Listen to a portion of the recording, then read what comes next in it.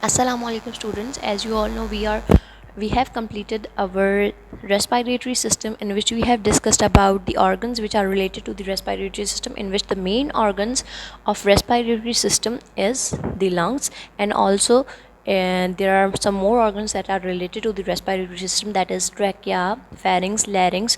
In the respiratory system, we have gone through the breathing process, the main uh, which is the main process of respiratory system. So we have discussed in detail in the previous video. In this video, in which the part number 6 is continued, we will discuss about an activity which is written in your book, and also we will solve the 2 question answers which are mentioned here. So let's start. You have to open page number 12 in front of you. So this is, first of all, we will solve the activity, which is breath out onto the back of your hand. Do you notice anything about the temperature of your breath? It should be warm. Do you know why?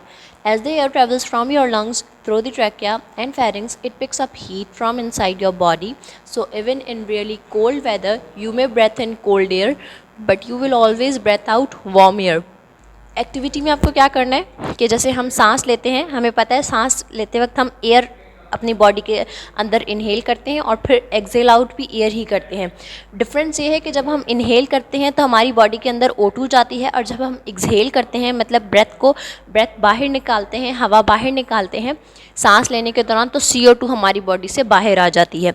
करना क्या है आपको अपनी hand के back पे जो है वो सांस लेके देखनी है. आप फील करेंगे जब आप सांस ले रहे हैं, आपके हैंड की बैक पे जो हवा आके लगेगी, टच करेगी, वो गर्म होगी. रीज़न क्या है? रीज़न ये है कि जब हमारी CO2, मतलब एयर में CO2 जो है वो बॉडी से ट्रैवल होके आती है, तो जैसे हमें पता है कि लंग से वो पहले ट्रैकिया, फिर फेरिंग्स, फिर नोज से होती हुई बाहर निकल जाती है. तो जब ट्रैवल करके आती है तो हमारी बॉडी के अंदर जितनी भी हीट होती है वो उस एयर में आ जाती है, या हमारी बॉडी से हीट वो ले लेती है, इसीलिए वो हवा गर्म होती है. इसीलिए जब भी आप सर्दियों में भी हवा जब अंदर जाएगी, चाहे वो ठंडी हवा हो, लेकिन जब भी आप एक्सहेल आउट करेंगे, अपनी बॉडी से बाहर निकालेंगे, तो वो हमेशा हवा गर्म होगी. रीज़न क्या है कि वो हमारी बॉडी की जो हीट होती है उसको जो है वो पिकअप कर लेती है हमारी बॉडी से, हमारी बॉडी के अंदर से. तो इसलिए वो जब बाहर आती है तो वो गर्म होती है. So that's it from the activity. I hope you will perform it at your home. So let's start. अब यहाँ पे कुछ मेजर बातें हैं, थोड़ी सी इंपॉर्टेंट, जो हमें देखनी है. डोंट स्मोक, मतलब हमें स्मोकिंग नहीं करनी चाहिए, सिगरेट वगैरह नहीं पीनी चाहिए. Why? Let's see. Your lungs are very important to you. Smoking cigarettes can seriously damage your lungs and even kill you. So don't start smoking. When people smoke, the tar and the other chemicals in cigarettes damage the alveoli. We know that the alveoli take oxygen from the air and carbon dioxide from the blood. If the alveoli are damaged because of smoking, there is less oxygen in a person's bloodstream than they need, and more carbon dioxide than is good for them.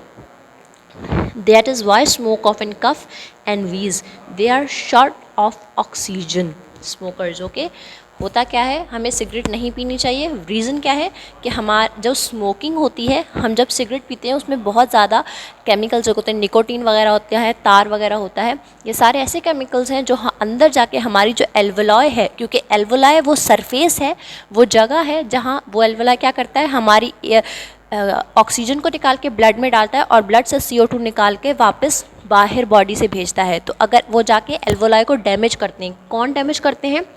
एक तार जो उसके अंदर बहुत ही damage करने वाला chemical होता है, ये वो मौजूद होता है, उसके साथ और भी ज़्यादा केमिकल्स होते हैं. वो क्या करते हैं कि हमारी एल्वोलाई को डैमेज कर देते हैं, और जब हमारी एल्वोलाई डैमेज हो जाती है तो फिर वो ऑक्सीजन को सही से ब्लड में ट्रांसफ़र नहीं कर पाती, और ना ही वो CO2 को ब्लड से निकाल पाती है, क्योंकि एल्वोलाई वो वाहिद सरफेस है जहाँ पे ये एक्सचेंजिंग होती है. तो अगर एल्वोलाई ख़राब हो जाएगी तो हमारी बॉडी के अंदर CO2 ज़्यादा हो जाएगी, O2 कम जाएगी, जिसकी वजह से हमारी जो लाइफ टाइम है या लाइफ स्पेन है वो कम हो जाएगा, छोटा हो जाएगा, या हमारी जो मौत है वो जल्दी हो जाएगी.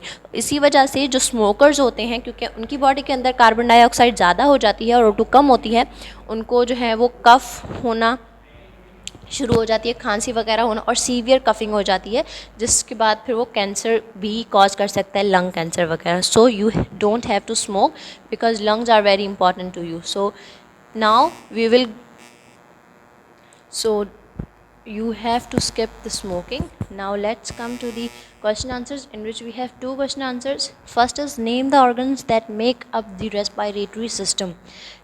We have discussed previously in the lecture that the organs that makes up the respiratory system are, main organ is the lung, but we also use our nose, mouth, larynx, pharynx and trachea.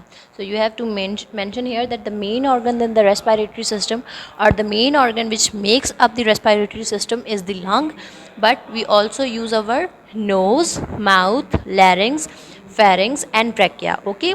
Question number 2, which gases are exchanged when we breath in and breath out? वो कौन सी दो gases हैं जो exchange होती हैं जब हम सांस बाहर लेते हैं या फिर अंदर लेते हैं? The two gases which are exchange when we breathe in and breathe out is oxygen and carbon dioxide. आप इस तरीके से भी लिख सकते हो या फिर आप ऐसे भी लिख सकते हो, the gas which is exchange when we breathe in is oxygen and when we breathe out is CO2. तो इट्स अप टू यू कि आप इसको किस तरीके से लिखते हो. क्वेश्चन नंबर 2 का सेकंड पार्ट है, of this which is important for our survival. हमारे सर्वाइवल के लिए कौन सी गैस जो है वो इम्पॉर्टेंट है? वो है ऑक्सीजन, बिकॉज ऑक्सीजन हमारी बॉडी के अंदर जाएगी तभी हमारी जो एनर्जी प्रोसेस है वो होंगे और हमारी बॉडी को एनर्जी मिलेगी. So oxygen is the most important gas for our survival, और CO2 जो है वो हमारी बॉडी के लिए हार्मफुल होती है. So that's it from the respiratory system. We have completed our respiratory system. In the next video we will start our next system, which is the musculatory system. So that till then, Allah Hafiz.